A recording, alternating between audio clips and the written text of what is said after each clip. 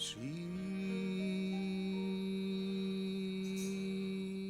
गोवर्धननाथ पाद युगलम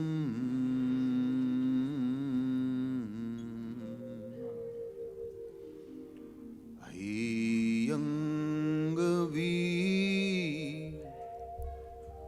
न प्रियम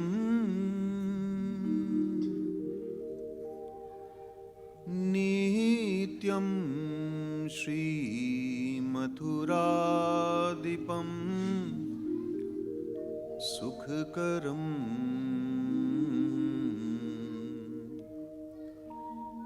श्रीविठले शम्मुदा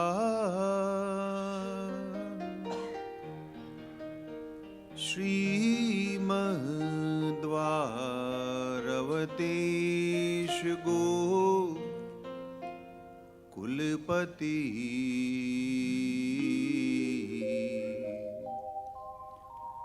श्री गोकुले धुम विभुम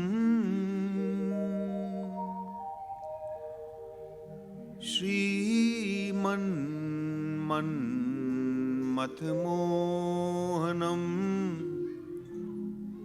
नटवर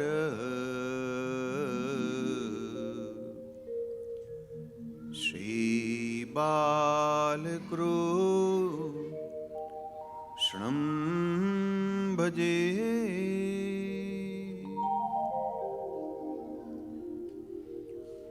बोलिए श्री गोवर्धन नाथ की जय।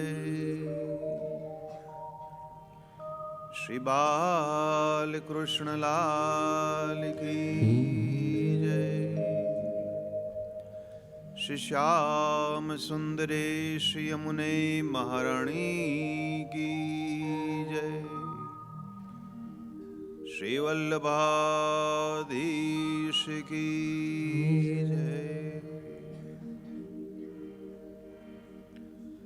जय गोपाल राधे कृष्ण गोविंद गोविंद। गोपाल राधे कृष्ण गोविंद गोविंद। जय गोपाल राधे कृष्ण गोविंद गोविंद। गोपाल राधे कृष्ण गोविंद गोविंद। कृष्ण गोविंद गोविंद कृष्ण गोविंद गोविंद। कृष्ण गोविंद गोविंद कृष्ण गोविंद गोविंद। कृष्ण गोविंद गोविंद कृष्ण गोविंद गोविंद। गोविंद गोविंद कृष्ण गोविंद गोविंद।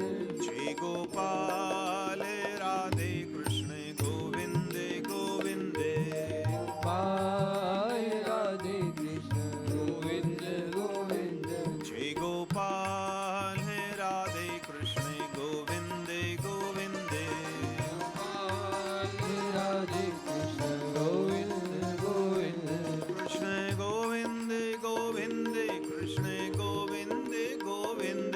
कृष्ण गोविंद गोविंद कृष्ण गोविंद गोविंद। कृष्ण गोविंद गोविंद कृष्ण गोविंद गोविंद। कृष्ण गोविंद गोविंद कृष्ण गोविंद गोविंद। जय गोपाल राधे कृष्ण गोविंद गोविंद। गोपाल राधे कृष्ण गोविंद गोविंद। जय गोपाल राधे कृष्ण गोविंद गोविंद। गोपाल राधे कृष्ण गोविंद गोविंद। जय गोपाल राधे कृष्ण गोविंद गोविंद। गोपाल राधे कृष्ण गोविंद गोविंद। कृष्ण गोविंद गोविंद। गोविंद गोविंद। कृष्ण गोविंद गोविंद। गोविंद गोविंद। कृष्ण गोविंद गोविंद। कृष्ण गोविंद गोविंद।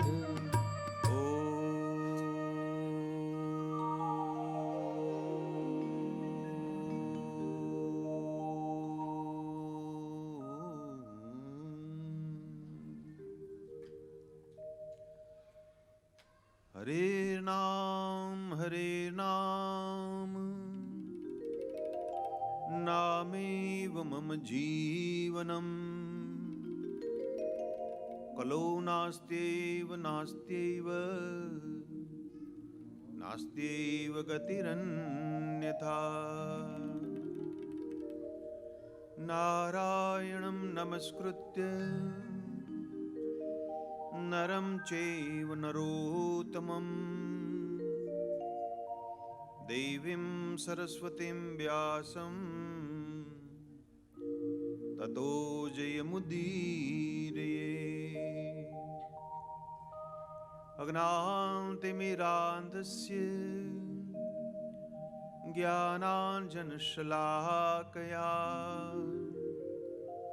चक्षुरुन्मिलितं येन तस्मै श्री गुरुवे नमः।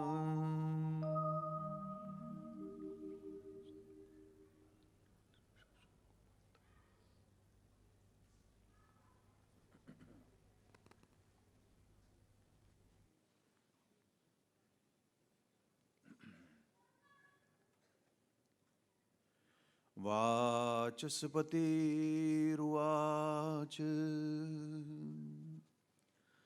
दृष्टिं पूतं न्यस्तेत्पादं वस्त्रपूतं जलं पिबेत सत्यपूतां वदें वाणीं मनःपूतं समाचरेत।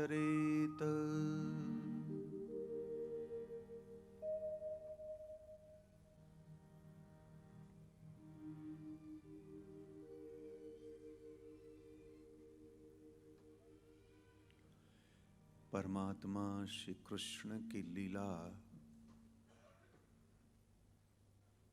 बड़ी अटपटी है।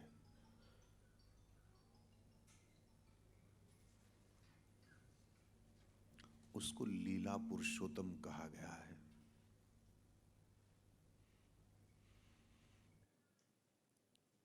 किसको मान देना, किसको अपमान देना, किसको विजयी बनाना, किसको परास्त करना,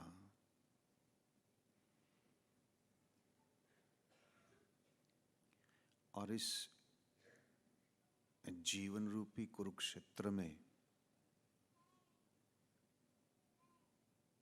जीव मात्र को अर्जुन का स्थान दिया गया है। एक एक अर्जुन के साथ एक कृष्ण है। हालांकि मान लेते हैं कि वर्तमान का अर्जुन को इसी से बेखबर है कि कृष्ण मेरे साथ है, और उसको न पहचाने, न समझे, न देखे, और न उनकी वाणी के ऊपर उसने भरोसा किया। फलश्रुति में होता क्या है? कहीं वो हारा हुआ दिखता है, कहीं चिंतित नजर आता है, कहीं असमंजस में है, कहीं रोगी है, कहीं निर्धन है, कहीं मान रहित है। ये सब के सब कुरुक्षेत्र का फल है। भगवान वेद व्यास ने जिस प्रकार से अर्जुन के पात्र को ऐसे बनाया, ऐसे प्रस्तुत जगत के सामने किया,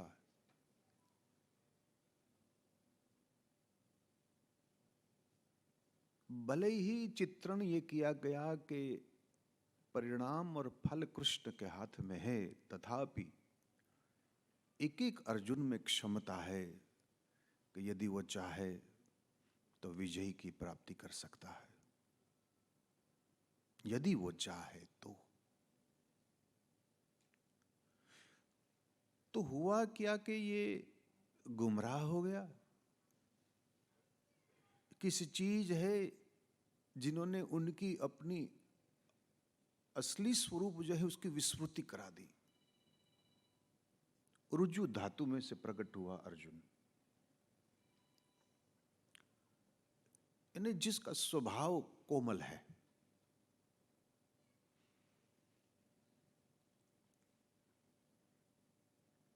स्वरूप की विस्मृति तो उनको भी हुई। प्रत्येक स्वरूप में परात्पर ब्रह्म,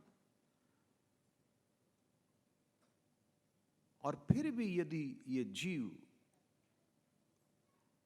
उसका वास्तविक स्वरूप, उसका वास्तविक ज्ञान का जो ग्रहण नहीं कर पाया, तो कहीं ना कहीं जिस परिप्रेक्ष्य में ये खड़ा है,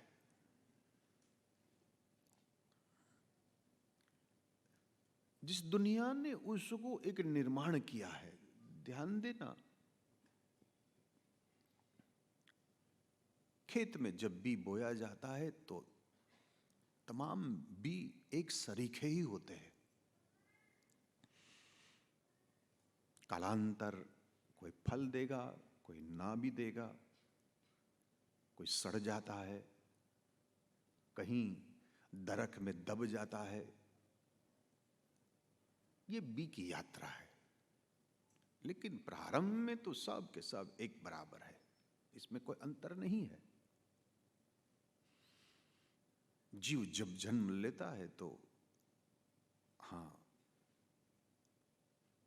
अपने पूर्व संस्कारों को लेकर वो आया है, लेकिन ये बी के रूप में है। क्या परवरिश मिलेगी, खाद्य क्या है, मिट्टी क्या है, पानी कैसे मिला, रोशनी कहां से आई, ये सब मायने में रहता है। जिस प्रकार से तमाम बी एक सरीखे होते हैं, तो जन्म के समय में यहां न कोई मूर्ख है, न कोई ज्ञानी है, न कोई दुखी है, न कोई सुखी है। बालक का रोना ये अज्ञात जीव की एक जबान है और कुछ नहीं है इसमें। वो अपनी अभिव्यक्ति को प्रकट कर रहा है रुदन से। मां समझती है, पिता कम समझता है। ये कोई दुख का रुदन नहीं है, ना तो कोई हर्ष का कोई रुदन है।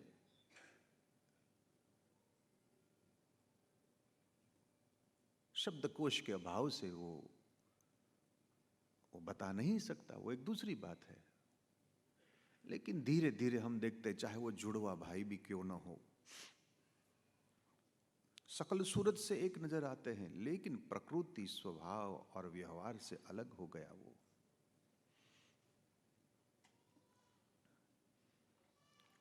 2-2.5 साल से पूरी दुनिया एक विकराल कुरुक्षेत्र के रूप से जूझ रही थी। इनमें कई लोग जो है वो परास्त भी हो गए, आप सब जानते हैं।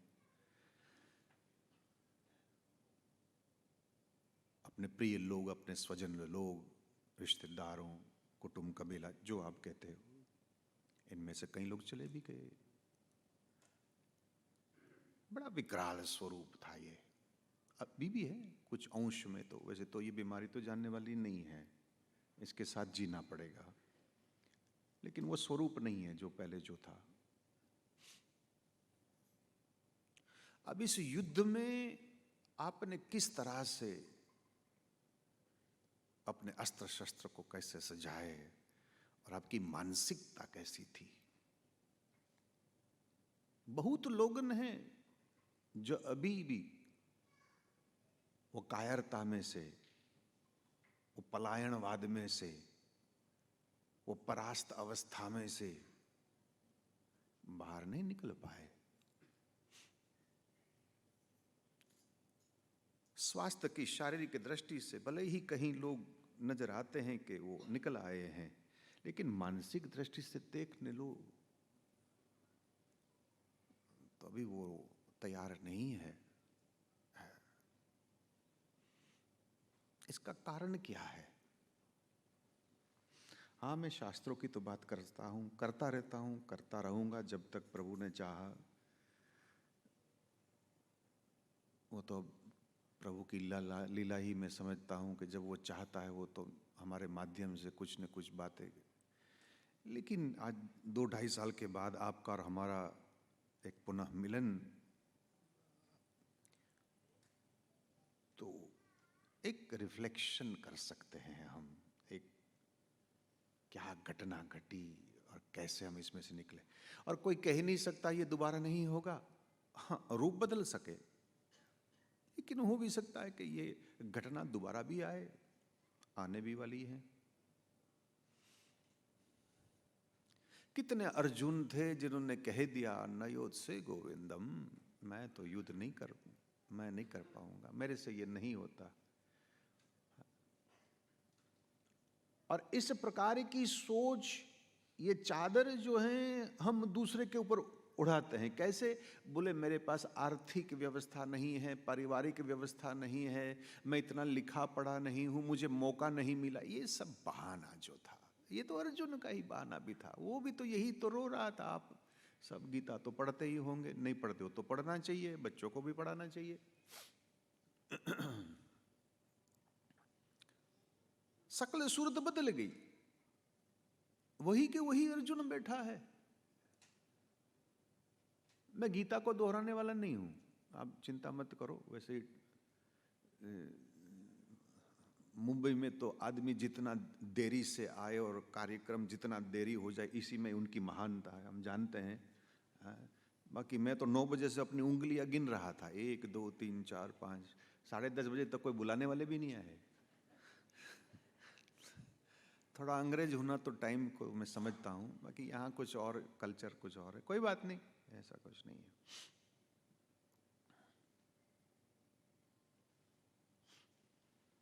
शास्त्र ने एक बात बताई है जरूर, हमारी मानसिक अवस्था, मेंटल प्रिपरेशन। 18 दिन का ही युद्ध हुआ था। सरसेनापति जो हुआ उसी हिसाब से युद्ध ने अपना स्वरूप लिया था। भीष्म पर्व को आप महाभारत का देखोगे,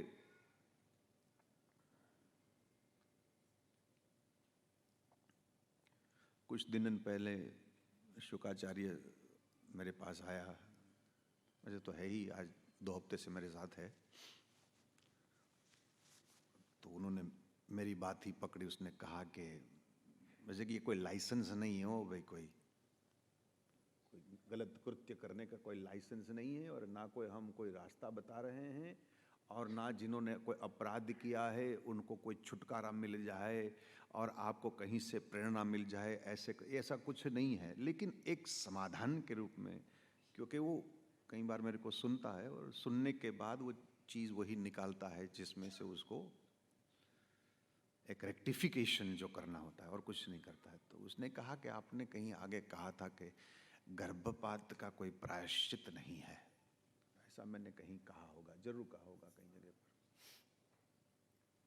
वो 2-3 दिन पहले मेरे पास आया, बोले मैंने खोजा है, इसका प्रायश्चित भी है। तो मैंने कहा भाई शास्त्रों में तो बताया नहीं। बोले नहीं, शास्त्रों में कहीं कहीं जो है ना विरोधाभास भी होता है, और कहीं बार अर्थघटन करने में भी जो अर्थ कर रहा है वो भी मिस्टेक में भूल हो जाती है, ऐसी बात उसने कही।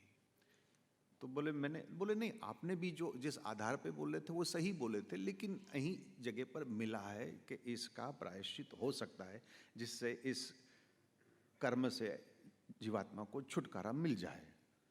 फिर उसने शास्त्र के मुताबिक से मेरे को बताया और कहा कि यहाँ ऐसी चीज़, ऐसे करने से छुटकारा मिल जाए। मैं यहाँ बताने वाला नहीं हूँ नहीं तो लाइसेंस मिल जाएगा भाई लोगों को कि भाई ऐसे काम करें, लेकिन है ऐसी बात नहीं। तो महाभारत के भीष्म पर्व को आप देखो तो बड़ा भयंकर, भीष्म ने जिस प्रकार से युद्ध किया और माया की भी तो रचना करी थी, बहुत भयंकर। फिर द्रोणाचार्य आए, द्रोणाचार्य ने अपने हिसाब से काम किया, ऐसे घटना घटी हैं। तो ये कोविड का टाइम 2.5 साल का जो था, मेरे हिसाब से ये भीष्म पर्व है। मारो मारो मारो मारो, जहां भी देखो सबको योद्धाओं को भीष्म ही दिखाई देता था। जहां भी देखो कोरोना कोरोना कोरोना, इधर इधर जहां भी देखो। और अभी भी है, मास्क पहनने का आपको कहा है। आगे का भी जो होगा, हो सकता है कि द्रोण पर्व आएगा, थोड़ा सा माइल स्वरूप, लेकिन आएगा जरूर। ये प्रकृति का नियम है। मैंने शुरू में कहा कि ये पुरुषोत्तम, ये जो है लीलाधारी है, उसको लीला प्यारी है। क्या करता है, क्या नहीं करता है, कब करता है, बहुत बड़ा मास्टर प्लान है उनके साथ। तो इनके लिए एक मानसिकता जो है, अपनी की तैयारी, और जो नहीं थे वो हारे गए। पूरी गीता मानसिकता के ऊपर ही है। कृष्ण ने कोई सृष्टि को नहीं बदली थी, अर्जुन की दृष्टि बदली थी, बस, और कुछ नहीं। सृष्टि नहीं बदल सकते आप, आप नजर को नहीं बदल सकते, आप अपनी नजरिया को बदल सकते हो, इतना ही कर पाओगे। आपत्ति में कैसे अवसर को खोजना, यह कृष्ण का काम है। आपत्ति को कोई टाल नहीं सकते, यह घटना घटेगी, आप तैयार हो जाओ। मैंने जो इस श्लोक का उद्घोष किया था, वो कविता अमृतकूप ग्रंथ में से वाचस्पति ने जो रचना करी थी, इसका श्लोक का उच्चारण किया था। इसमें वाचस्पति हमको इस कविता के माध्यम से 4 चीज की पवित्रता की चर्चा कर रहा है। एक तो दृष्टि की, एक तो विचार की, एक आचरण की, और एक आहार की।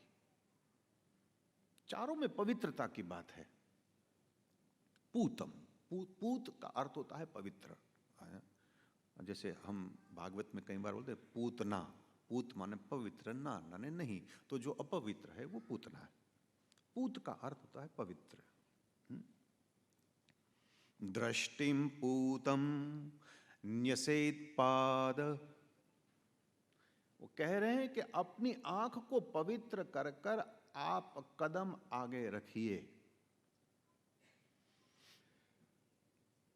महापुरुषों ने जिस अवस्था से जो शब्द का उच्चारण किया हो, वो वही जाने। मैं तो आज की परिप्रेक्ष्य में ले रहा हूं।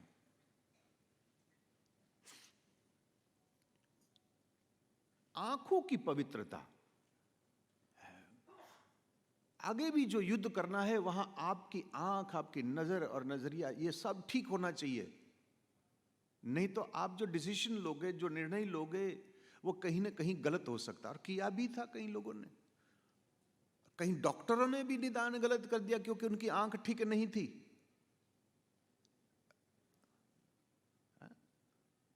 मेरा भी जो, औरों को तो मैं नहीं जानता, बाकी जिस हालत पर मैं पहुंच गया था, इसका कारण डॉक्टर ही थे। पहले डॉक्टर को मैं मिला था एक शहर में, उसने कहा कोई बात नहीं, आजकल वायरल चल रहा है, तो उसने मेरे को पेट की गोली दे दी। 2-3 दिन के लिए वो खाई थी, और इधर कोविड बढ़ता जा रहा था। फिर ठीक नहीं हुआ। 3-4 दिन के बाद दूसरे डॉक्टर को मिला। डॉक्टर ने कहा अरे कोई बात नहीं है, चलो हम आपको पेनिसिलिन एंटीबायोटिक दे, 5 दिन में एंटीबायोटिक खा लो, आप सब ठीक हो जाओगे। अरे भाई अंदर कोरोना हुआ है, कैसे हुआ? तो 4 दिन इसने बिगाड़ा, 5 दिन उसने बिगाड़ा, और यहाँ रोग भयंकर हो गया। जब जाकर हॉस्पिटल में, इनकी दृष्टि ठीक नहीं थी, डिसीजन गलत ले लिया। अब व्यापार कर रहे हो, बच्चे पढ़ाई कर रहे हैं, पत्नी पत्नी का व्यवहार जो है, ये सारी की सारी आपकी नजरिया कैसी है? ध्यान देना, महाभारत तो हमको सिखाती है कि वैसे तो ये श्रोत्र जो है, कान आपके हैं, वो सुनी सुनाई तो गलत हो सकती है, लेकिन आंख भी कहीं बात देखती है ना, वो भी धोखा दे सकती है भाई। आंख भी धोखा देख सकती है। ये मत मानना कि आपने देखा था वही सच है।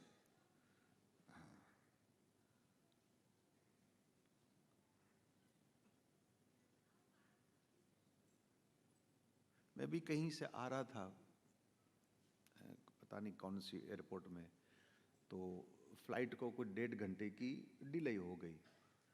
तो मैं सीधा जाकर, वो लाउंज होता है ना बढ़िया सा, अकेला था, कोई साथ में नहीं थे, तो वहाँ जाकर मैं जैसे ही बैठा, तो वहाँ का जो सेवक था वो आकर कहा कि भाई ये तो लाउंज है, ये पब्लिक के लिए नहीं है, यहाँ तो पैसा देना पड़ता है।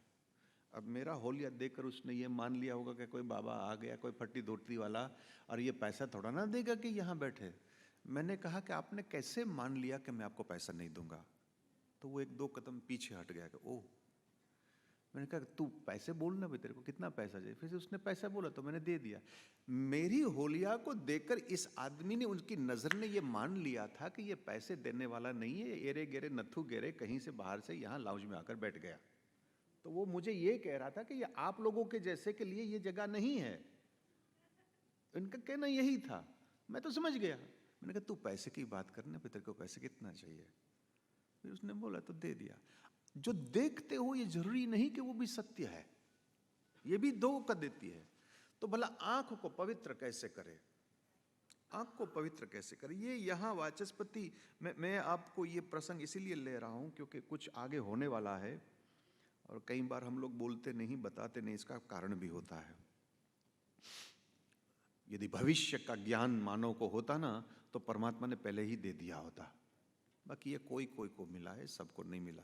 और जिसको मिला है, सहदेव को देखो, 5 भाइयों में सबसे छोटा सहदेव था। सहदेव को त्रिकाल ज्ञान का पहले से ही पता चल गया था, लेकिन वो बोलता नहीं था।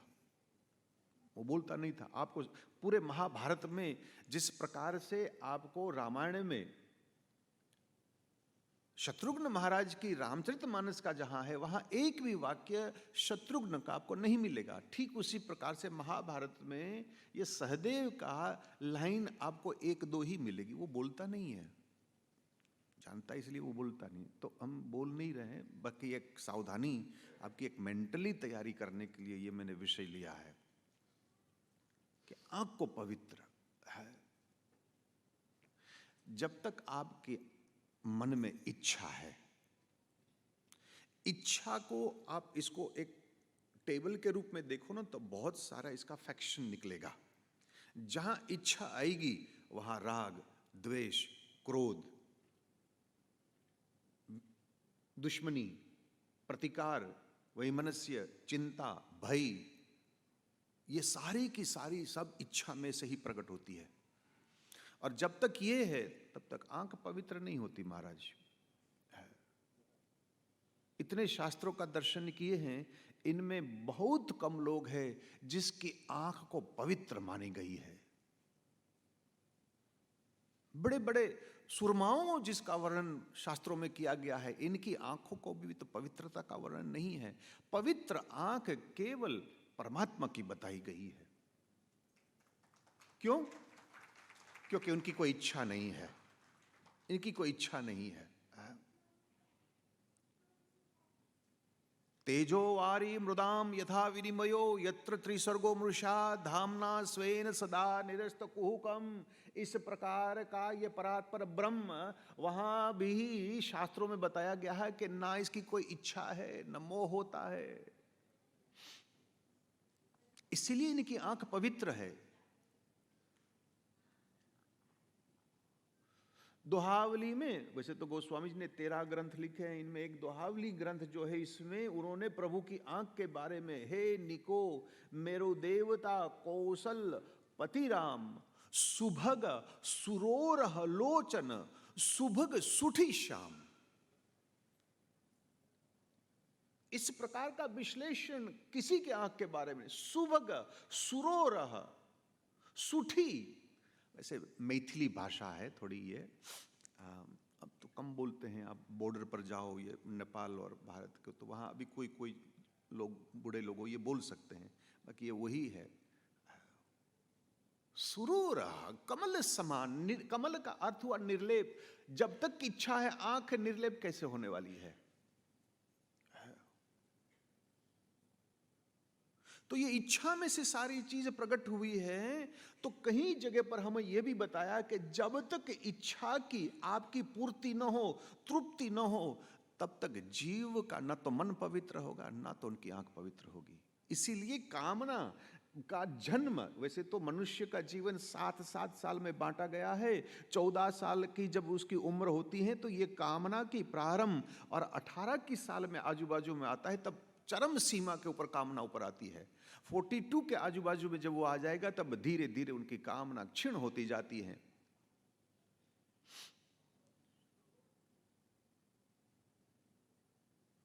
और हमारे साधु बाबाओं ने, पंडितों ने, साधुओं ने इस चीज को इतनी नीचे कर दी है कि मानस के अंदर हमारे में यह भर दिया है कि तुम्हारा यही हो जाएगा, तुम कीड़े जैसे हो, तुम तो पापी हो, तुम्हारे में गलत चीज है। अरे भाई, जिस कुदरत की चीज आपको मिली है, इसकी आपने पूर्ति जो नहीं करी तो अंतिम सांस तक ही आपके मन में बना रहता है। गुलाब जामुन खाने का मन, खा ले, खा ले, नहीं तो वही चीज मन में भटकती रहती है। बाबा लोग रुपया में नहीं छूंगा, हम रुपया माया का स्वरूप है, इसको हम स्पर्श नहीं करते। खोपड़ी में बैठा बैठा रुपया गिनता रहता है और कुछ करता ही नहीं है।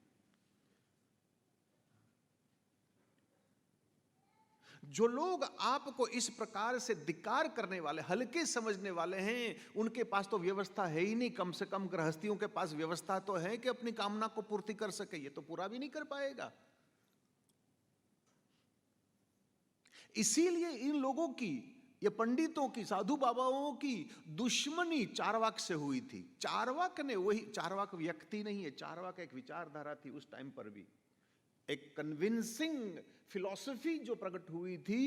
इसी के विरोध में ये लोग, क्योंकि इन्होंने जो सोचा था, जो चली आ रही थी लिखी पड़ी, इसी के विरोध ये चीज आई थी और इनको ये समझ में नहीं आ रहा था। और सारे के सारे चारवाक के जितने शास्त्र थे वो सब लुप्त कर दिया, इन लोगों ने जला दिया कि हमें नहीं चाहिए ये चीज। आंख की पवित्रता, शास्त्र कहते हैं, करने के बाद फिर आप कदम आगे रखिए।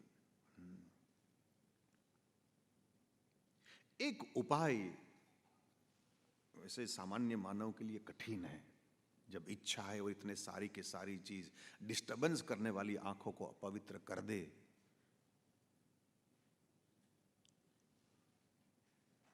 भुसुंडी को यह सवाल पूछा गया था।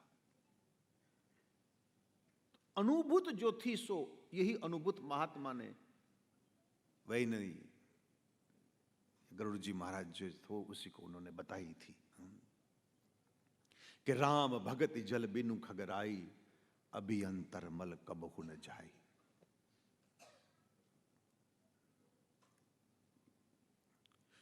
प्रभु श्री राम की भक्ति के जल रूप से आंख की पवित्रता बताई। बाकी भक्ति की व्याख्या करना बहुत आसान है, भक्ति करना कठिन है। भक्ति करना कठिन है।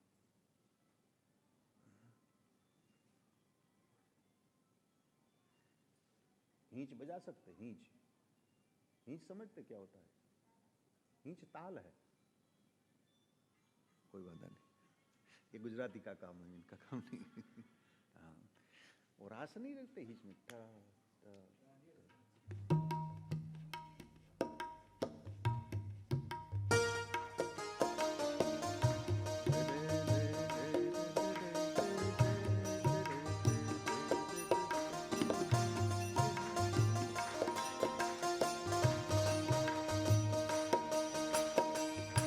कन्हैया मुरली वाड़ो रे, कन्हैया मुरली वाड़ो रे, कन्हैया मुरली वाड़ो रे, कन्हैया मुरली वाड़ो रे, कन्हैया मुरली वाड़ो रे, कन्हैया मुरली वाड़ो रे, कन्हैया मुरली वाड़ो रे। तू छे नंदनो वालो रे, कन्हैया मुरली वाड़ो रे, ये अंगनो वालो रे, कन्हैया मुरली वाड़ो रे। तू छे नंदनो वालो रे, कन्हैया मुरली वाड़ो रे। तू छे अंगनो वालो रे, कन्हैया मुरली वाड़ो रे। कन्हैया मुरली वाड़ो रे, कन्हैया मुरली वाड़ो रे, कन्हैया मुरली वाड़ो रे, कन्हैया मुरली वाड़ो रे। कन्हैया मुरली वाड़ो रे, कन्हैया मुरली वाड़ो रे, कन्हैया मुरली वाड़ो रे, कन्हैया मुरली वाड़ो रे। तू छे काड़ो काड़ो रे, कन्हैया मुरली वाड़ो रे। तू छे कारो कारो रे, कन्हैया मुरली वाड़ो रे। तू छे काड़ो काड़ो रे, कन्हैया मुरली वाड़ो रे। ओ दूषे कारो कारो रे कन्हैया मुरली वारो रे। तू छे कामण गाड़ो रे कन्हैया मुरली वाड़ो रे। ओ तू छे कामण गारो रे कन्हैया मुरली वारो रे। तू छे कामण गारो रे कन्हैया मुरली वाड़ो रे। तू छे कामण गारो रे कन्हैया मुरली वारो रे। कन्हैया मुरली वाड़ो रे कन्हैया मुरली वाड़ो रे। कन्हैया मुरली वारो रे कन्हैया मुरली वारो रे। कन्हैया मुरली वाड़ो रे कन्हैया मुरली वाड़ो रे। कन्हैया मुरली वारो रे कन्हैया मुरली वारो रे। गले वैजंती माला रे कन्हैया मुरली वाड़ो रे। गले में वैजंती माला रे कन्हैया मुरली वाला रे। गले वैजंती माला रे कन्हैया मुरली वाड़ा रे। गले वैजंती माला रे कन्हैया मुरली वाला रे। जपू तारी माड़ा काना रे कन्हैया मुरली वाड़ा रे। जपू दरबारा तारा रे कन्हैया मुरली वाला रे। जपू तारी माला रे कन्हैया मुरली वाड़ा रे। जपू तारी माला रे कन्हैया मुरली वाला रे। कन्हैया मुरली वाड़ा रे कन्हैया मुरली वाड़ो रे। कन्हैया मुरली वाला रे कन्हैया मुरली वाला रे। कन्हैया मुरली वाड़ो रे कन्हैया मुरली वाड़ो रे। कन्हैया मुरली वालो रे कन्हैया मुरली वालो रे। तू छे रास रचैया रे कन्हैया मुरली वाड़ो रे। ओ छे रास रचैया रे कन्हैया मुरली वाला रे। तू छे रास रचैया रे कन्हैया मुरली वाड़ो रे। ओ छे रास रचैया रे कन्हैया मुरली वाला रे। नाचे तू था थैया रे कन्हैया मुरली वाड़ो रे। नाचा थैया रे कन्हैया मुरली वाला रे। नाचे तू था थैया रे कन्हैया मुरली वाड़ो रे। नाचा थैया रे कन्हैया मुरली वाला रे। कन्हैया मुरली वाड़ो रे कन्हैया मुरली वाड़ो रे। कन्हैया मुरली वालो रे कन्हैया मुरली वालो रे। कन्हैया मुरली वाड़ो रे कन्हैया मुरली वाड़ो रे। ओ कन्हैया मुरली वालो रे कन्हैया मुरली वालो रे। कन्हैया मुरली वाड़ो रे कन्हैया मुरली वाड़ो रे। कन्हैया मुरली वालो रे कन्हैया मुरली वालो रे। कन्हैया मुरली वाड़ो रे कन्हैया मुरली वाड़ो रे। कन्हैया मुरली वालो रे कन्हैया मुरली वालो रे। कन्हैया मुरली वाड़ो रे कन्हैया मुरली वाड़ो रे। कन्हैया मुरली वालो रे कन्हैया मुरली वालो रे। कन्हैया मुरली वाड़ो रे कन्हैया मुरली वाड़ो रे। कन्हैया मुरली वाड़ो रे कन्हैया मुरली वाड़ो रे। श्री गोवर्धन नाथ की जय।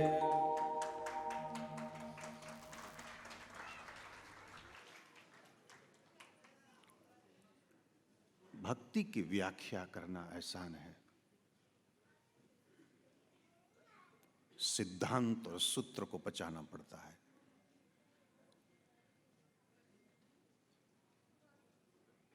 जो परमात्मा का दिया हुआ है इससे विरोध मत करो। ये बुरा है, ये अच्छा नहीं है, ये गंदा है। एक बात ठीक तरह से समझ लो, दुर्गुणों का भी विरोध न करो। समर्थन नहीं करना है लेकिन विरोध भी न करो। क्यों? जिस समय आप दुर्गुणों का विरोध करोगे तो दुर्गुणों आपके साथ असभ्य हो जाएगा। जो बोल रहा हूं वो सब समझ में अभी नहीं आएगा आपको। कल भी मैं दिल्ली में बोल रहा था, आधी चीज ऊपर चली गई लोगों की। विरोध करोगे तो वो असभ्य हो जाएगा।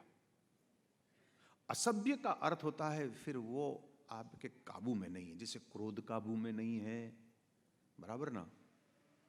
क्रोध बुरा है, इसको जीतो, ये हो जाएगा वो हो जाएगा, व्हाट नॉनसेंस।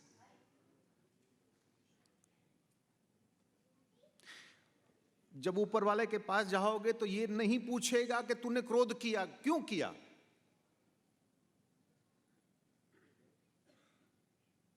और पूछे तो उसका कान पकड़कर उसको हिलाना, तूने दिया ही क्यों मेरे को, तो फिर तो बताओ ना, हैं? अब समझ में आई मैं क्या कह रहा हूं?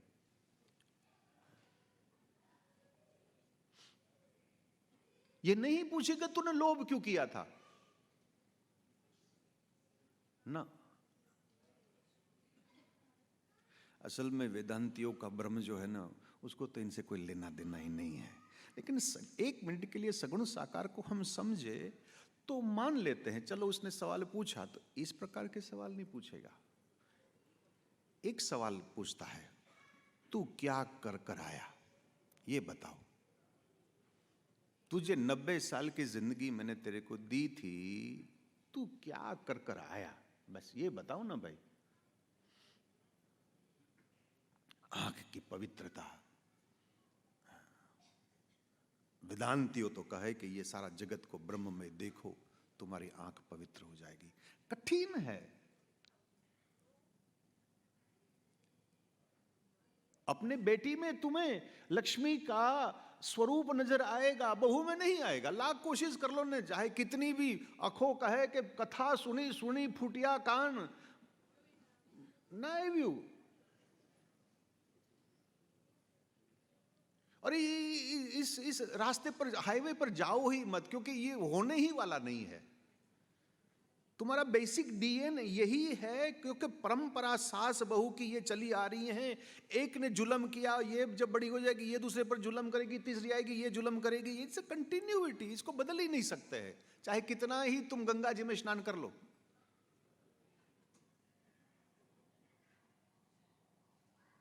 कितने बार गए थे गंगा स्नान करने, बताओ हैं? फिर वापस जब आए तब आलू के पराठे में कम से कम नमक तो कम था कि नहीं था? बस हो गई। इसमें गंगा क्या करे, कुछ नहीं करेगी। बहुत कठिन है मेरे भाई, बहुत कठिन है। दूसरी बात, वाचस्पति कहते हैं वस्त्र पूतम जलम पिबेत।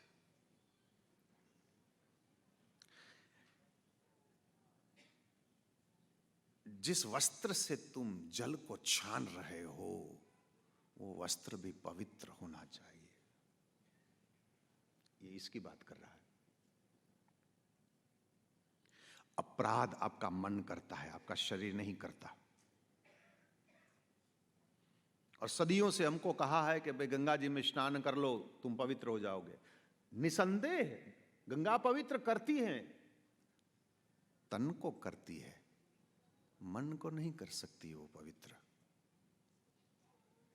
और जिसने अपराध किया है उसको ही वो पवित्र नहीं करे, तो चाहे कितनी डुबकी मार लो आप गंगा जी में, क्या मिला आपको? अब तो बदले नहीं।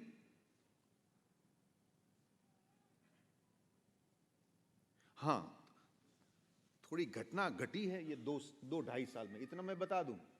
मैं कल भी, मेरे को पूछा था तो मैंने बताया था दिल्ली वालों को, क्योंकि 2.5 साल में बहुत, या तो घर में बंद थे, बाहर नहीं जा सकते थे, कई लोग हॉस्पिटल में थे, मैं भी तो 2 हफ्ते हॉस्पिटल में रहा। अब हॉस्पिटल में पड़ा आदमी करेगा क्या? बैठे बैठे सोचेगा और क्या करे।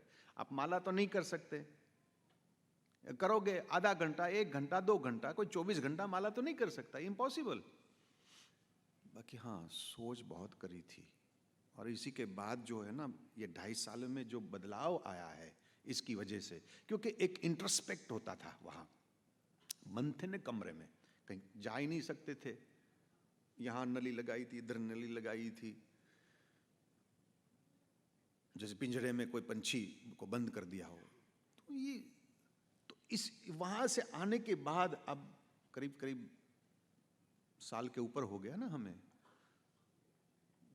तो घर वाले भी बोलते हैं कि देखो ये पहले जैसे नहीं रहा। ये जो देखो शांत हो गए, अब पूछते नहीं है, बोलते नहीं, बात नहीं करते, आराम से पड़े रहते हैं। और इतने जनों में एक जने ने तो कह दिया ये सुधर गया।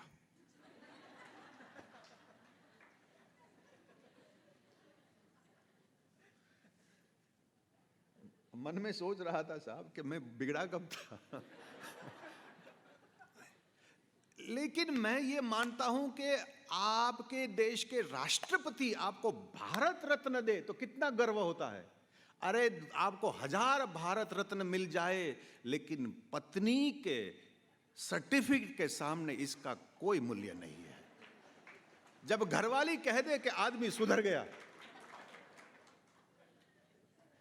तो समझ लो कहीं पहुंचे हुए सब। नहीं तो ये नहीं भूलेगी, अकल नो छाटो नहीं तमारा में, एम ज बोले तो।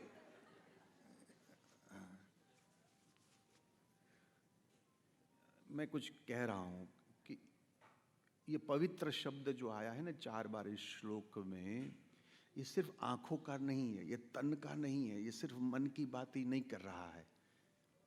हाँ, ये सब साथ में मिलाओ तो एक व्यक्ति का निर्माण जरूर होगा। जब आंख पवित्र हो जाए, मन पवित्र हो जाए, सोच पवित्र हो जाए, संकल्प आपका पवित्र हो जाए, तो वो करेगा क्या? मैं अष्टावक्र की भाषा बोलूं तो वो देखता रहता है, बस हो रहा है, घटना घट रही है। तेरा उछल कूद करना, तेरा दुखी होना, तेरा सुखी होना। आपने सुना है ना कि समुद्र के ऊपर जो झाग होती है या लहरों होती है, ऐसा लगता है कि बाकी गहराई में नीचे चले जाओ तो वहां क्या घटना घट रही है वो किसी को पता नहीं है। समुद्र नीचे बहुत गहरा होता है और उसकी करंट जो है बड़ी तेज की होती है। ऊपर से आदमी भले उछल कूद कर रहा हो, अंदर घटना क्या रही है। हमारी पवित्रता का परिणाम जो है ना, एक चीज मैं बताता हूं, सुख नहीं है, शांति भी नहीं है। आंतरिक पवित्रता से एक आनंद की अनुभूति होती है जो पैसे खरीद नहीं सकती, जो परिवार वाले इनमें खलबली कर नहीं सकते, चोर जिसको लूट नहीं सकते। फिर वो आदमी चांद सितारे को भी जब देखता है ना, तो चांद सितारे में से कविता बनाता नहीं है, कविता बन जाएगी उनकी। मैं भी कुछ 2-2.5 हफ्ते पहले वहां था, तो मौसम बढ़िया है, आकाश में बादलों भी नहीं थे, कुछ 2-4 दिन के लिए तो था ही, एक बादल भी नहीं था, एकदम नीला नीला आसमान। बाकी रात को चांद सितारे निकले थे। तो मैं गार्डन में बाहर आकर जब मैं बैठता था ना हवा लेने के लिए ऊपर, तो ये कविता अपने आप बन जाती थी मन में। बनाता नहीं था, कोई प्रयोजन नहीं था, मैं कोई कागज पेन लेकर नहीं गया था। बस वहाँ टेबल है, कुर्सी हैं, जहाँ बैठे बैठे कभी ऑरेंज जूस पीना या कभी कुछ चाय पानी बाहर गार्डन में बैठे बैठे, तो कभी रात को बैठे ऊपर देखे तो वो हो जाती है। क्यों? मैं तो कहूं कि ये 2.5 साल में 2 हफ्ते भी जो हॉस्पिटल में जाना, ये परमात्मा का वरदान था। आपत्ति में भी अवसर को निहारो मेरे भाई, शिकायत मत करो। समय सबको एक समान मिला है, लेकिन वो समय का खर्च कैसे करते हो? 5 आदमी को आप 1000 रुपया दो, तो ये जरूरी नहीं कि सब लोग 1000 रुपया एक जगह पर ही खर्च करें। कोई खाने पीने में करेगा, कोई कपड़ा खरीदेगा, कोई फिल्म देखने के लिए जाएगा, कोई कुछ। 24 घंटे तो हमें सबको मिल रहा है, लेकिन आपने वो 24 घंटे में क्या किया, कैसे खर्च किया? ये भी तो पैसा है, ये भी तो संपत्ति है। ये 2 हफ्ते हॉस्पिटल में जो थे, मैं तो कहूं वो एक सुनहरा अवसर, जो इंट्रोस्पेक्ट कर पाया, अंदर से देख पाया। और अनंत उपकार परमात्मा का। बीमारी कोई बीमारी नहीं थी, ये तो परीक्षा है और इसी में तेरे को गुजरना है। चल, इसी बहाने से तू एक जगह पर बैठेगा, नहीं तो बैठ ही नहीं सकता तू। ये परमात्मा की एक रीत है। देखो, सिक्का जो है ना, या तो बाईं गिरेगा या दाहिने गिरेगा, ये आपके हाथ में कि वो कहां गिराओगे।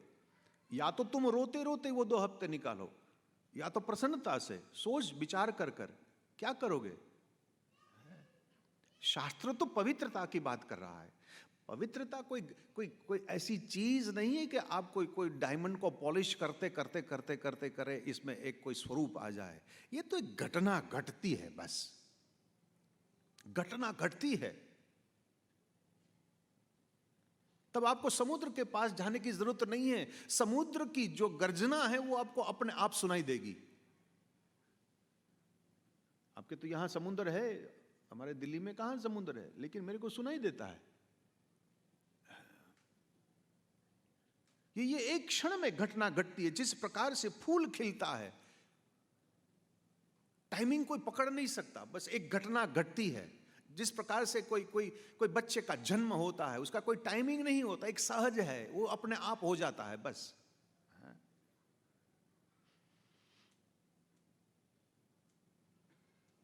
प्रयोजन यदि होगा और प्रयोजन के हिसाब से आप अपने आप को करने के लिए जाओ तो मलेरिया मिट जाएगा, टाइफाइड हो जाएगा।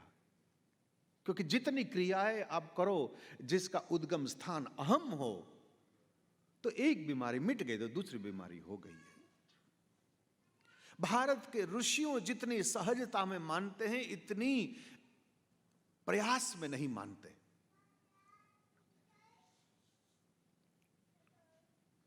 प्रयास तो मजदूर भी करता है, सुबह से शाम तक वो ठेला उठाता है, इधर से उधर पटकाता रहता है। मुश्किल से 500-600 रुपया वो कमाएगा, इनमें से 100 रुपया तो दारू में पी जाएगा।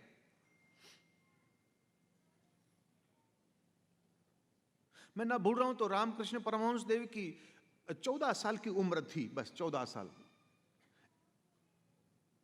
और झील के पास बैठे थे।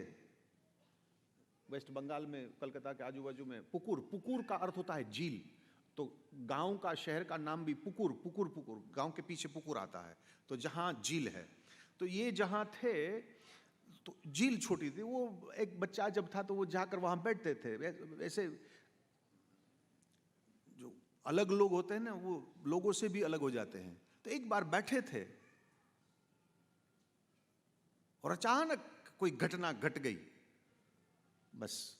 और वही आत्म साक्षात्कार, और कुछ नहीं था। उसको समझ में आ गई। लिखा पढ़ा आदमी नहीं था, कोई पाठ पूजा उस टाइम पर नहीं कर रहा था, काली को वो समझते नहीं थे, लेकिन घटना घट गई। जापान में जैन धर्म बासु की एक घटना घटी है। उन्होंने आत्मकथा बासु की जापानीज में लिखी है, लेकिन मैंने अंग्रेजी में पढ़ी। जापानीज नहीं आता, कोनिचिवा आता है, इसके अलावा कुछ नहीं आता। बासु ने भी इस प्रकार से बताया कि मैं एक बार झील के किनारे बैठा था और आकाश में बगुलों की कतार जा रही थी। आपने देखा होगा, बगुलो जो है ना, लाइन में उड़ते हैं, एक के पीछे दूसरा, तीसरा, ऐसे जैसे कोई तीर जा रहा है, इस तरह से बगुलों की। बासु बैठा है किनारे, कांच रूप धारण कर लिया था झील ने, और बगुले जो जा रहे थे उसका प्रक्षेपण जो थे, उन्होंने झील में जहां देखा, ऊपर जा रहे थे, यहां नीचे, और उस क्षण घटना घट गई। बगुलों का कोई प्रयास नहीं था कि झील में हमारा परफेक्शन जो है वो दिखाई दिया। ऐसे कोई सोचकर वो कोई नहीं उड़ रहे थे, वो जा रहे थे। बासु को भी कोई लेना देना नहीं था, बस एक घटना घट गई। इसीलिए कई बार मैंने व्यास गादी से ये भी कहा है। कई लोग सवालों पूछते, नहीं शांति नहीं, मन नहीं लग रहा है, हार गया हूँ, थक गया हूँ, परिवार में ये हो रहा है, दुकान नहीं चल रही है, कमर में दर्द है, बिटिया की शादी नहीं हो रही है, बेटे का एडमिशन है, ये सारी चीज़। तो मैं हमेशा कहता हूँ कि भाई एक शांति से सवेरे सवेरे 20 मिनट के लिए एक जगह पर बैठो, बस, करना कुछ नहीं है। और ये 20 मिनट में शांति से जब आप बैठते हो, उस समय एक घटना घटेगी, एक टाइम ऐसा आएगा, वो आपको पता ही नहीं चलेगा। बस बैठो, अभ्यास करो। गीताकार अभ्यास में मानता है, करते रहो, करते रहो, करते रहो, करते रहो। आगे ऋषि कहता है, सत्य पिताम वदेद्वाणी, सत्य से वाणी को तू पवित्र कर। बहुत कठिन है भाई, कलयुग में है, बहुत बहुत कठिन है। सत्य से सुख नहीं मिलता, सत्य से शांति मिलती है। बस सत्य बोल दिया तो होगा, कोई ना किसी को कोई तकलीफ होगी, बाकी शांति आपको मिलेगी। सत्य के ऊपर हम कहीं बोल चुके हैं। और कुल मिलाकर आगे के समय के लिए अपनी तैयारी, अपनी पवित्रता के लिए मनः पूतः समाचरेत। तेरी मन की तो तैयारी कर ले, बाकी यहां तुम कुछ नहीं कर सकते मेरे भाई।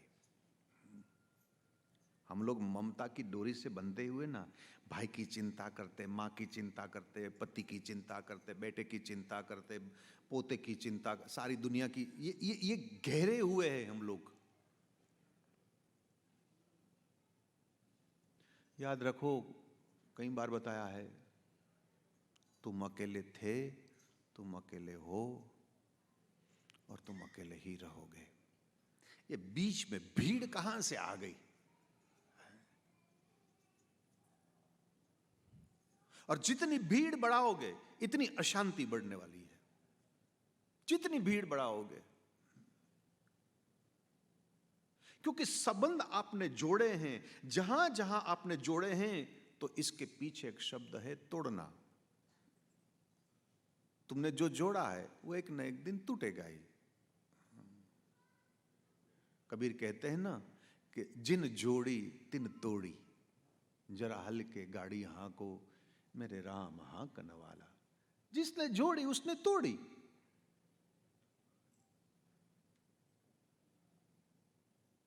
एकांत में जितनी मजा है, जितनी शांति है, इतनी भीड़ में नहीं है मेरे भाई। भीड़ तुम इसीलिए करते हो क्योंकि अपने आप से तुम्हें संतुष्टि नहीं है, अपने आप पर भरोसा नहीं है, अपने आप को तुम अधूरे समझते हो। जबकि मैंने शुरू में कहा था, हर एक अर्जुन में क्षमता है कि कुरुक्षेत्र को मैं जीत सकूं। बाकी विस्मृति हो गई ना, तो कोई पत्नी में खोजता है, कोई पति में खोजता है, कोई पदार्थों में खोजता है, कोई खाने पीने में खोजता है, कोई सिनेमा में खोजता है, कोई पार्टियों में जाकर, कोई कपड़े में खोजता है। ये खोज रहे हो तुम, और नहीं मिलेगा भाई। जो चीज तुम्हें चाहिए वो तो तुम्हारे पास है, लेकिन अंदर झांकना हमें अभ्यासी नहीं रहा। मनः पूतम समाचरेत। पूरी चाबी वाचस्पति कह रहे, अंततो गत्वा तो तुम्हारा मन ही है। कितने लोगों को चिंता।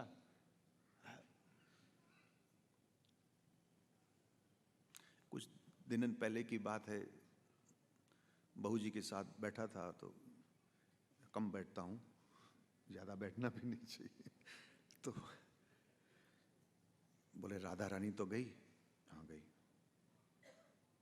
और ये शुकाचार्य भी, क्यों भाई वो भी जाएगा तो फिर? तो बोले तू और मैं, जाएगा तो जाएगा तू। बोले वो जाएगा तो फिर हम दोनों ही रहेंगे, तो फिर कैसे होगा हमारा? मैंने कहा तू कोई चिंता मत कर, मैं प्रवचन करूंगा, तू मंजीरा बजाना, और क्या करेंगे भाई, है? बोले वो तो ठीक है, लेकिन फिर खाना पीना और उनकी व्यवस्था। मैंने कहा रे भाई, 35 साल तक जिसने रोटी खिलाई वो आगे 35 साल तक तेरे को नहीं खिलाएगा, तू काहे को तू चिंता कर रही है भला, है? एक बात ठीक तरह से समझ लो कि आप जैसे हो, ये जरूरी नहीं है कि आपके परिवार वाले भी ऐसे हो। दिया के तले तो अंधेरा ही होता है भाई, दया के तले तो अंधेरा ही होने वाला है। बोले ये एक चली गई, वो भी चला जाएगा, फिर हम दोनों क्या करेंगे? और मेरे को भी इसी के ये कन्वर्सेशन के बाद मेरे मन में भी दिमाग में चल रहा है, दोनों कहाँ बात करेंगे, कहाँ विचार करेंगे, क्योंकि दोनों की तो वो उत्तर में दक्षिण,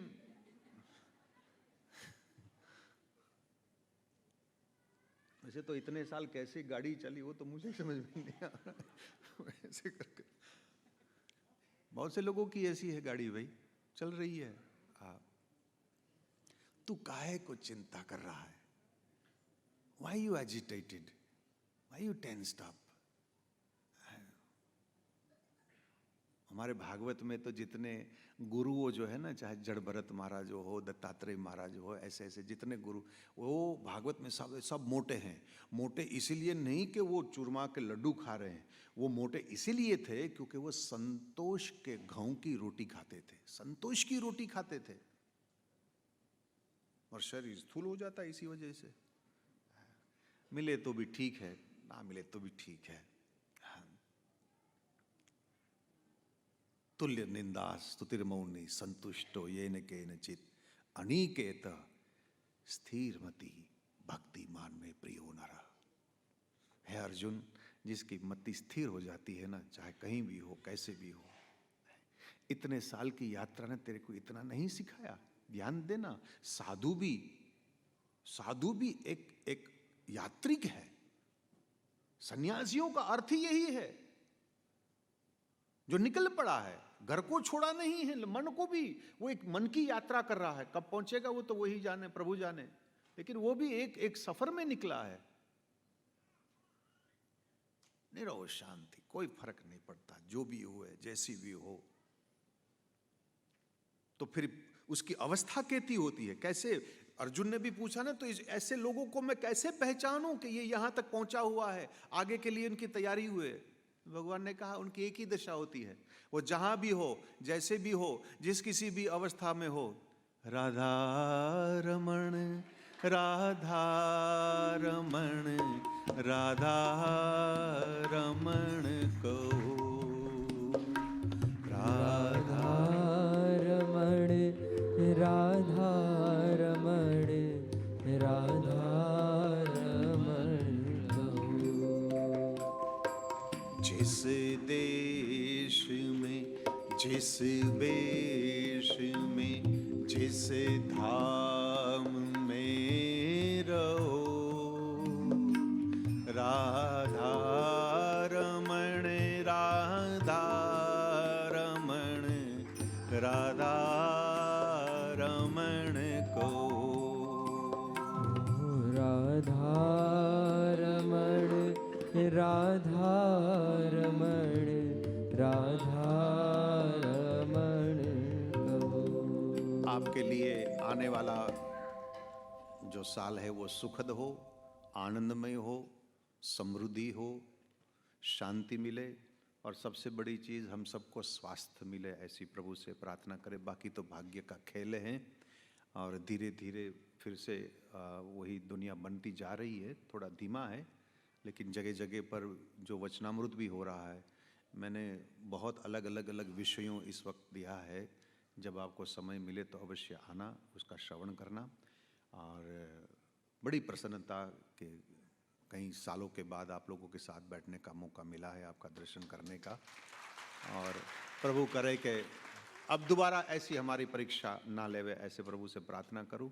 अब आगे का प्रसंग जो है वो मैं मंच संचालन को मैं दूंगा, आप अपने स्थान पर बैठे रहो, और जिस प्रकार से वो हमको सूचना देवे, इस प्रकार से हम आगे करते रहेंगे। अब मंच संचालन को आगे का कार्यक्रम। जय श्री कृष्ण। आप सभी को पता है कि भाई पूज्य गुरुदेव जब लड्डू गोपाल की पूजा करेंगे, उसके बाद में सबसे पहले ब्रह्म संबंध देंगे, जो कतारबद्ध एक लाइन में यहाँ से आएंगे और ब्रह्म संबंध लेंगे। उसके बाद में चरण स्पर्श परम पूज्य गुरुदेव के दर्शन होंगे। शांति से आप सभी को दर्शन करने हैं, लाइन से आने हैं, और आपको एकदम शांति बनाए रखनी है। अपनी जो भी न्योछावर राशि भेंट आप साथ में लेके आए हो, यहाँ पे एक बक्सा या छबड़ी रखी होगी, उसके अंदर आपको डालना है, और शीघ्रता से जल्दी आगे बढ़ना है। अभी हमारे पास में 2-3 जिज्ञासा आई है, वो मैं आपके सामने प्रस्तुत करूँगा।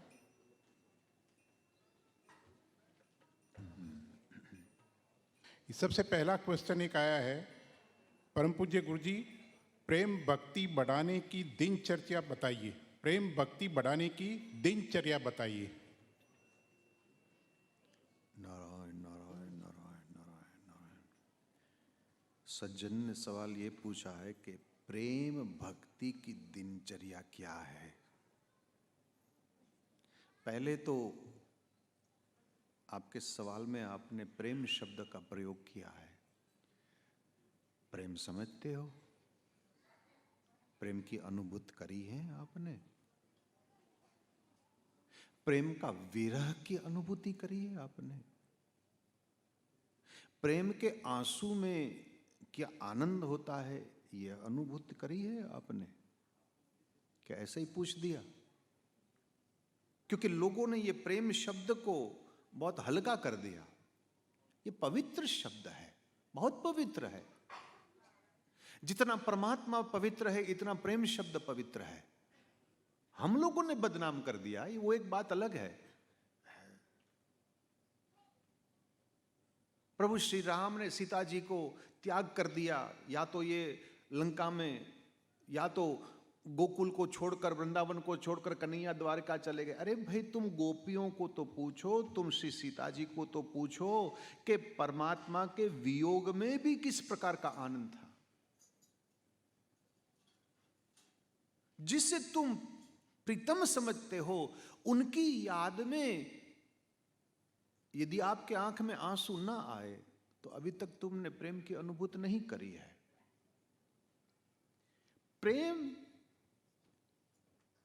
प्रेम का सीधा अर्थ होता है याद करना, और यह संबंध याद की डोरी से ही बंधा हुआ है। पति पत्नी आपस में प्रेम करते हैं तो इसका अर्थ ये नहीं कि 24 घंटे साथ में रहते हैं, रह ही नहीं सकते। कोई पति पत्नी दुनिया में कोई भी हो, वो 24 घंटे साथ में रह ही नहीं सकते। कोई एक परदेश गया हो, एक गांव में हो, तो इसका अर्थ ये थोड़ा ना है कि उनका प्रेम कोई कम हो गया है। हाँ, लड़ाई झगड़ा तो आप सब जानते ही हैं, वो चलता रहता है, वो एक उनका स्वरूप है। लेकिन दिनचर्या, आपने कहा कि इनकी दिनचर्या क्या है। इनकी दिनचर्या के लिए एक बार श्रीमद् भागवत के 10वें स्कंद का पाठ कर लो, और इनमें आपको गोपी जिस प्रकार से उनकी दिनचर्या जो थी वो आपको समझ में आ जाएगी। शरीर से जैसे आप लोग काम करते हो, जो भी काम होता है, भाई कोई नौकरी पर जाता है, कोई बर्तन मांजता है, कोई रसोई, कोई कपड़े धोएगा, तो गोपी भी यही तो करती है। गृहे गृहे गोपवधू कदम्बा सर्वे मिलित्वा समवाप्य योगम पुण्यानि नामानि पठन्ते नित्यम। दैट इज द मोस्ट की पॉइंट। पठन्ते नित्यम गोविंद दामोदर माधवेति। वो घर में सब काम चल रहा है, दिनचर्या उनकी तो वही है। बहिर्मुख से देखो तो एक आम जैसी दिखती है औरत, लेकिन ऐसी नहीं है। उनके मन में मुरारी पादार्पित चित्तवृत्ति, ये प्रेम का लक्षण है। जो प्रेमी होता है वो अपने प्रीतम को एक क्षण के लिए उनकी विस्मृति नहीं होती। यदि आप अपने प्रीतम को एक क्षण के लिए भूल गए तो आप इनके साथ व्यवहार कर रहे हैं, प्रेम नहीं कर रहे हैं। इनके लिए तो भाई मजनू बनना पड़ेगा। बिना मजनू बने आप प्रेम नहीं समझ सकते।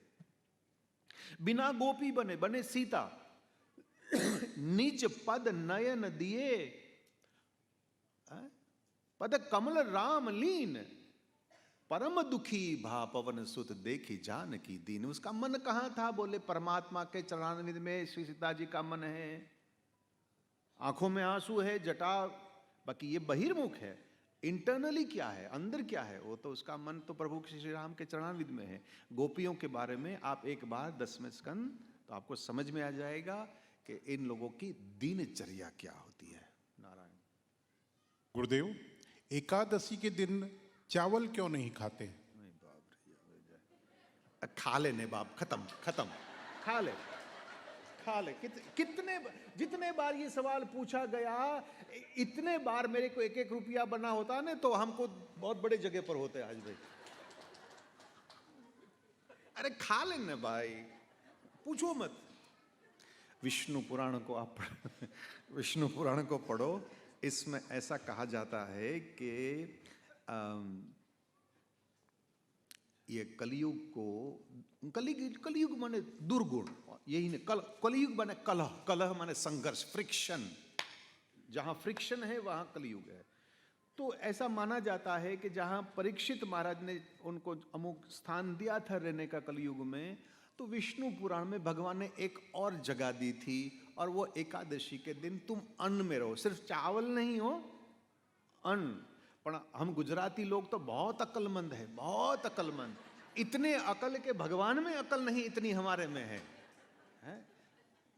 चावल का सब्स्टिट्यूट क्या है? हाँ, सब गुजराती बोले, बीजू कोई ना बोले।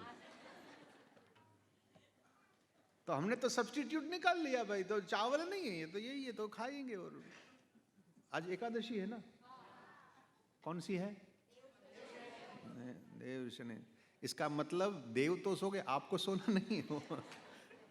ये धान में कलयुग को एकादशी को स्थान मिला है, इसीलिए हम नहीं खाते। लेकिन वैज्ञानिक दृष्टि से देखो तो अन्न खाने से रजोगुण की उत्पत्ति होती है।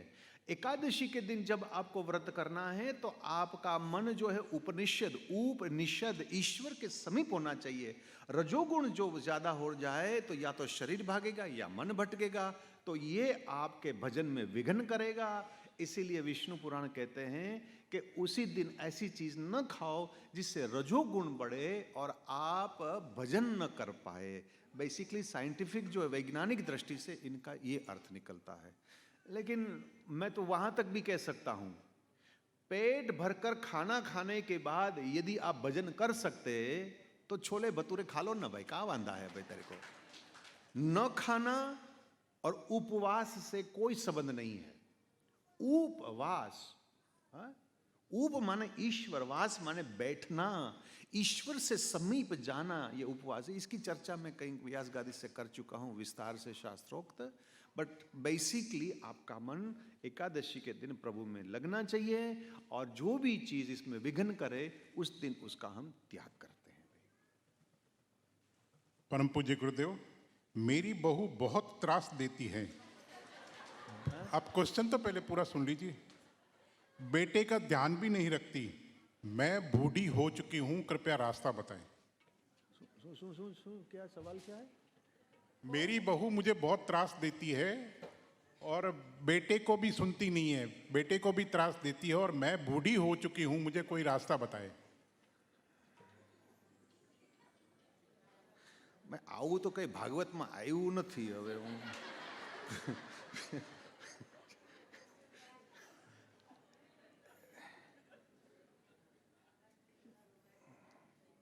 देखो, ये भी तो एक परमात्मा का वरदान समझो। याद रखना, इस दुनिया में कोई अकस्मात नहीं है। जो भी होता है, व्याकरण भी कहते हैं कि कारण होगा तो कार्य होता है, बिना कारण कार्य नहीं होता, बराबर ना? जैसे मिट्टी है तो घट बनता है, बिना मिट्टी घट नहीं बनेगा। अब बहू आपको त्रास दे रही है तो एक काम करो ना, जैसे तुकाराम जी महाराज करते थे। तुकाराम जी की पत्नी त्रास बहुत देती थी, तो वो करता क्या था, वो भजन और भी करे और भगवान का भक्ति का नाम करता था। दूसरा कोई चारा नहीं है। देखो, अब उसी का राज है। गादी पर से तेरे को हटा दी, बराबर ना? अब वो गादी पर बैठी है, शासन उसी का है, तुम्हारा अब गवर्नमेंट नहीं है, बराबर ना? भले एक पार्टी के हो तुम, एक परिवार के हो, लेकिन पार्टी में से ही कोई उपद्रव कर कर जो बैठा है उसको हटाकर दूसरा बैठ जाता है। महाराष्ट्र में ऐसा होता है। ओ भैया,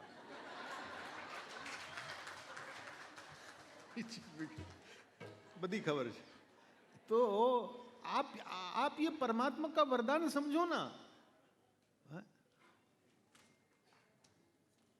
मुस्कुराओ बस। यदि वो त्रास देवे, गाली देवे, खाना ना देवे, आपको पैसा ना देवे, तो परमात्मा को कह दे, महाराज ये तेरे को मंजूर होगा तभी तो ये दे रही ना, तभी तो ये कर रही है। तुम भजन करो। दूसरा तो मेरे को कोई और दूसरा, क्योंकि मेरे पर ऐसा कुछ घटना घटी नहीं है, ऐसी कोई बहू अभी आई नहीं जो मेरे को त्रास देवे।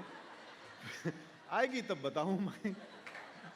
बाकी एक चीज है, मुस्कुराओ, प्रतिकार मत करना, इससे लड़ाई झगड़ा मत करना। प्रभु को मंजूर होगा जभी तो ऐसा हो रहा है। तुम अपना भजन को बढ़ाओ माई। बाकी क्योंकि हनुमान चालीसा कहती है कि तुम्हारो भजन राम को पावे और जन्म जन्म के दुख बिसरावे। तो ये त्रास जो है वो भूल जाओगी, तो प्रभु का नाम ले माई। ऋषिवर जी कोटि कोटि वंदन। गुरु शरणम गच्छामीनो अर्थ सूचे। गुरु शरणम गच्छामी कोई मंत्र है ही नहीं, बाकी भाव है। Let me explain. गच्छामी ये पाली भाषा है, जाना, शरण में आना, स्वीकार करना है। जैसे बुद्धम शरणम गच्छामी, और ठीक है, ये पाली भाषा है, हिंदी भाषा नहीं है। तो गुरु शरणम गच्छामी ऐसा मंत्र इन लोगों के शास्त्र में नहीं है। बौद्धायतन सूत्र भी ले लो तो इसमें नहीं है, लेकिन हाँ, भाव से किसी ने ये प्रकट कर दिया है तो मैं गुरु की शरण में स्वीकार करता हूँ, इसका अर्थ ये हो सकता है। लेकिन एक दृष्टि से शास्त्र सम्मत भी है।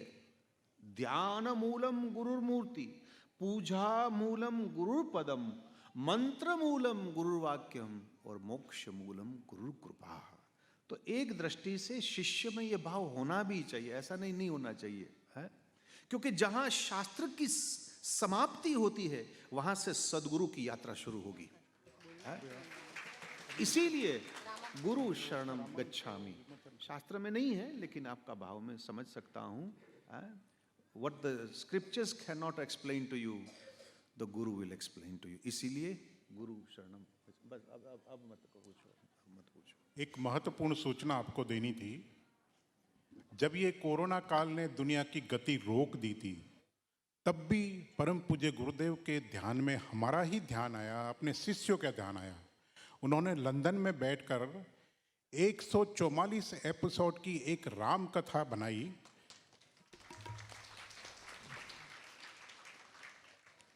जिसको अभी एक ग्रंथ का रूप दे दिया है, जिसका नाम है श्री रामामृत ग्रंथ।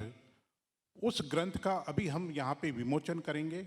उस ग्रंथ के अंदर श्री चंपू रामायण, काम्बर रामायण, श्री वाल्मीकि मानस, इन सब का उसके अंदर समावेश है। और परम पूज्य गुरुदेव ने समाज की भलाई के लिए उसके अंदर अनगिनत अपने विचार उसमें समक्ष किए हैं, जो अपनी जीवन को कैसे जीना है, अपने लक्ष्य को कैसे प्राप्त करना है, इन सभी चीज़ों का उसके अंदर समावेश है। उस ग्रंथ का अभी हम यहाँ पे विमोचन करेंगे। वो ग्रंथ आपको अपने साथ में लेकर के जाना है। उसकी न्योछावर राशि सिर्फ 1000 रुपया है। उस ग्रंथ को आपको पढ़ना है, अपने बच्चों को पढ़ाना है और अपने किसी रिश्तेदार को आपको गिफ्ट ही करना है। अगर यहाँ पे वो ग्रंथ समाप्त हो जाती है तो उस ग्रंथ की आप यहाँ पे बुकिंग कर सकते हैं। बुकिंग करने के बाद में आप अपना पता वगैरह यहाँ पे दे दीजिए तो वो ग्रंथ आपके पते पर पहुँच जाएगा। लेकिन मेरी आप सबसे रिक्वेस्ट है, वो ग्रंथ आपको जरूर लेके जाना है, क्योंकि उसके अंदर एक परम पूज्य गुरुदेव ने अपना पूरा निचोड़ उसके अंदर डाल दिया है। आपका समय कैसे बीते, आपका जीवन कैसा हो, आपकी जीवन शैली कैसी हो, आपको परिवार के साथ में कैसे रहना है, उन सभी चीज़ों का उस ग्रंथ के अंदर समावेश है। उसके अलावा ज्ञान भक्ति कर्म का तो उसमें समावेश है ही। समाज की भलाई के लिए पूज्य गुरुदेव ने बहुत कुछ उसके अंदर दिया है। तो मेरी आप सबसे विनती है कि वो ग्रंथ आपको साथ में लेके जाना है।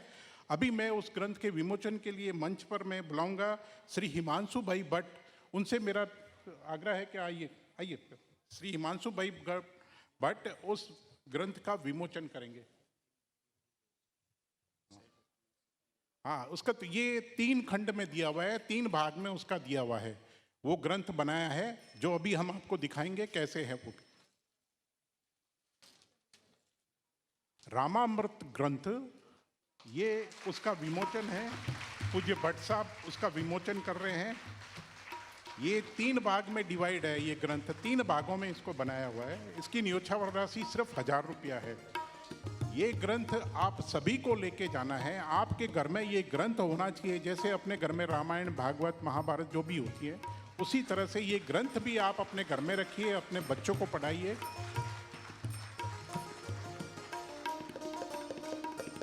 इसमें बहुत कुछ है। परम पूज्य गुरुदेव के गूढ़ रहस्य इसमें पहुंचकृत है। रामामृतम ये ग्रंथ आपको पीछे स्टॉल पे मिलेगा, वहां से ले लीजिए। अगर यहाँ पे बाय द वे खत्म भी हो जाती हैं तो आप अपना नाम पता दे करके बुक करवा दीजिए, वो आपके यथा स्थान के ऊपर पहुंच जाएगा। अभी मैं पूज्य बहन भावना को कहूँगा, वो दब्स बोलेंगी, क्योंकि इस ग्रंथ को जैसे ही परम पूज्य गुरुदेव ने बनाया, इसमें जिसने भी सहयोग किया है उनके नाम उच्चारण करेंगे। ये नाम उच्चारण हम इसके लिए कहते हैं कि भाई अपने मन भी कोई जिज्ञासा आए कि भाई अपन भी कोई सत्य कार्य करें। इसके बाद में जो भी हमने बताया ब्रह्म संबंध होगा, ब्रह्म संबंध के बाद में चरण स्पर्श होंगे और उसके बाद में प्रसादी लेकर के आप अपने घर की तरफ प्रस्थान करेंगे। भावना बहन। जय श्री कृष्ण।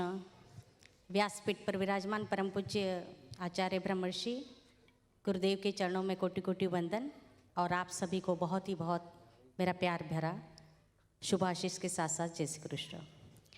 सर्वप्रथम तो ये कहने वाली हूँ कि आज हम जहाँ अध्यात्म से जुड़े हैं और कहीं ना कहीं हमारे में सद्विचार आ रहे हैं, वो हमारे परम पूज्य ऋषिवर का ही, उनके ही आशीर्वाद का फल है।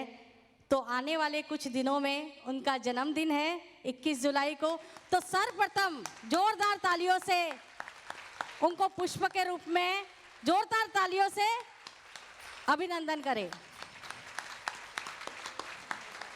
बहुत बहुत धन्यवाद। दूसरी बात यह है कि आने वाले कुछ दिनों में कथाएं परम पूज्य गुरु जी की है, ऋषिवर की कथाएं अलग अलग जगह, कटरा में, वृंदावन में, लोनावाला में, भीमाशंकर में और बरसाने में, लेकिन ज़्यादा जोर सब कथाओं पर है। लेकिन विशेष तौर पे मुंबई से मैं ये कहना चाहूँगी कि वृंदावन की कथा में आप सभी को आना है। कारण बता रही हूँ, उसका कारण प्लीज़ सुनिए ध्यान से। एक तो वृंदावन, साथ में परम पूज्य गुरु जी, और उसके साथ साथ भागवत कथा वृंदावन में पहली बार होने जा रही है।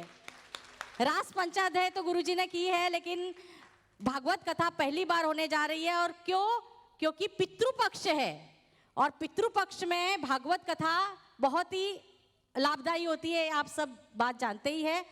और उससे ज़्यादा खुशी की बात यह है कि परम पूज्य गुरु जी अपने पिताजी के लिए भी ये कथा कर रहे हैं और साथ में हम भी जुड़ेंगे तो हमारे पितरों के लिए भी ये कथा है।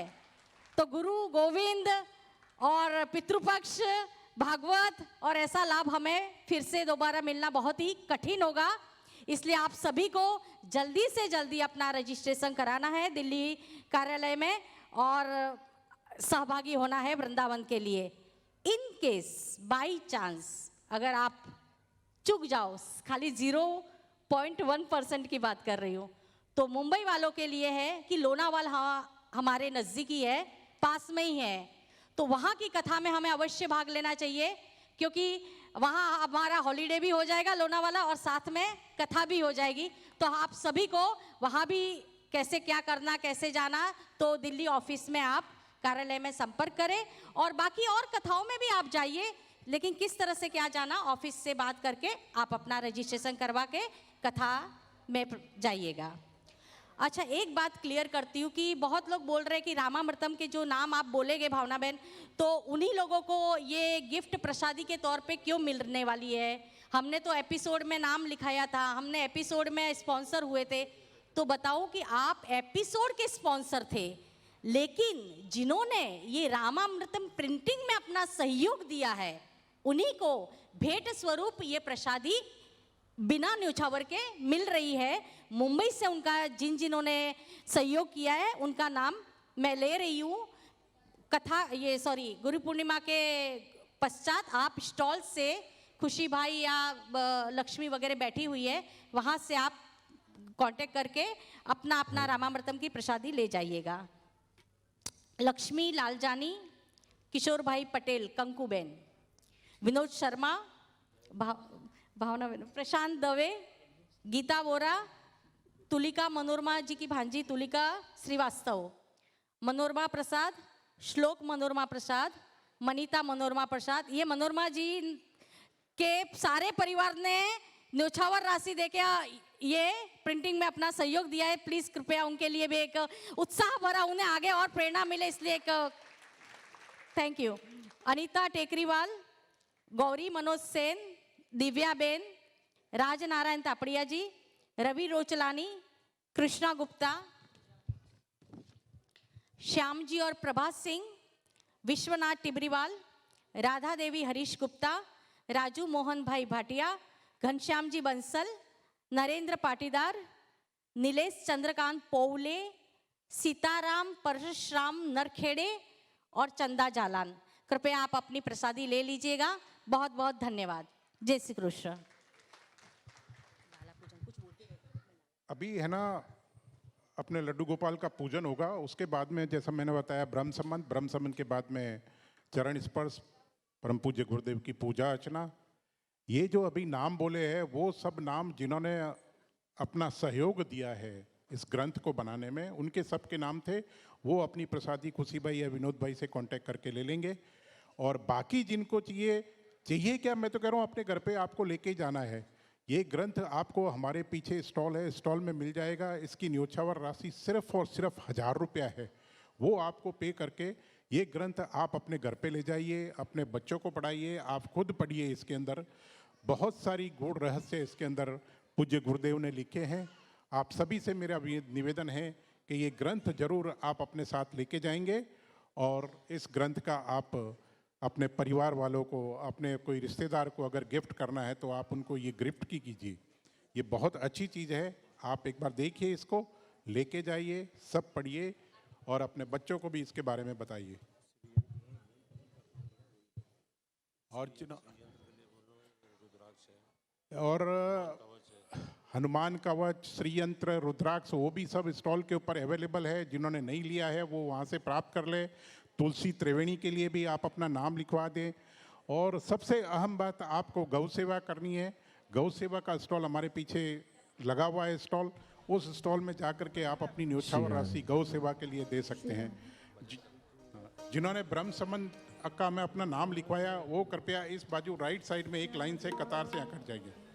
इस बाजू में राइट साइड में जिन्होंने ब्रह्म संबंध लिया, जिनका नाम लिखवाया, वो कृपया यहाँ पे आइए।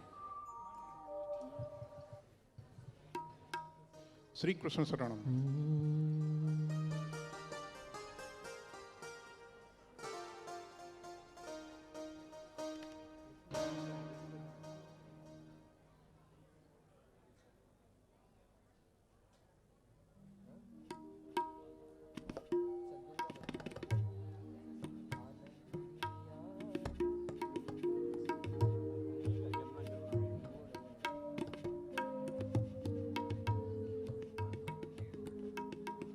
श्री राम।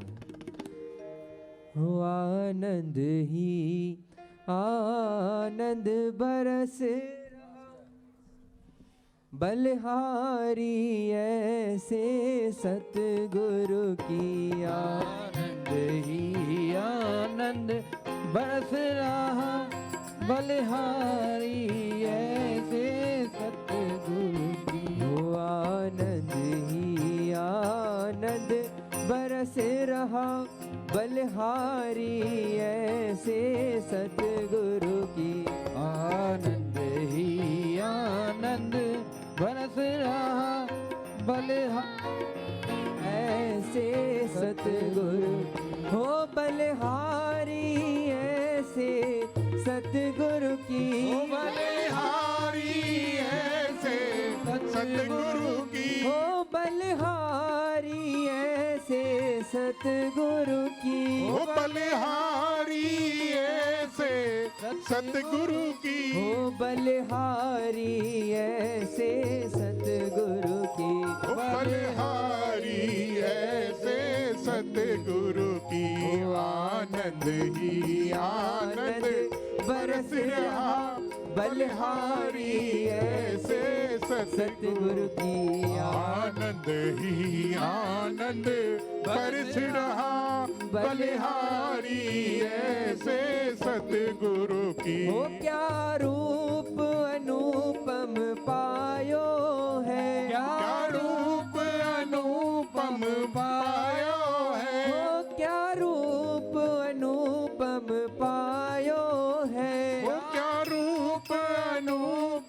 पायो है। जैसे तारो बिच है चंदा, जैसे तारो बिच है चंदा। वो सूरत मूरत मोहनवारी, सूरत मूरत मोहनवारी। हो बलिहारी ऐसे सतगुरु की आनंद ही आनंद बरस रहा, बलिहारी ऐसे सतगुरु की।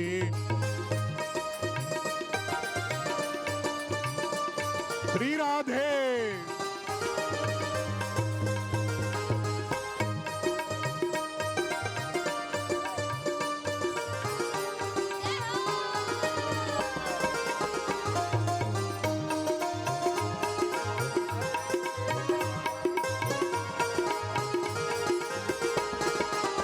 हो क्या ज्ञान छटा जैसे इंद्र घटा, क्या ज्ञान छटा जैसे इंद्र घटा। हो क्या ज्ञान छटा जैसे इंद्र घटा, क्या ज्ञान जटा जैसे इंद्र जटा। हो बरसत वाणी अमृत धारा, बरसत वारी अमृत धारा। हो बरसत वाणी अमृत धारा, बरसत वाणी अमृत धारा।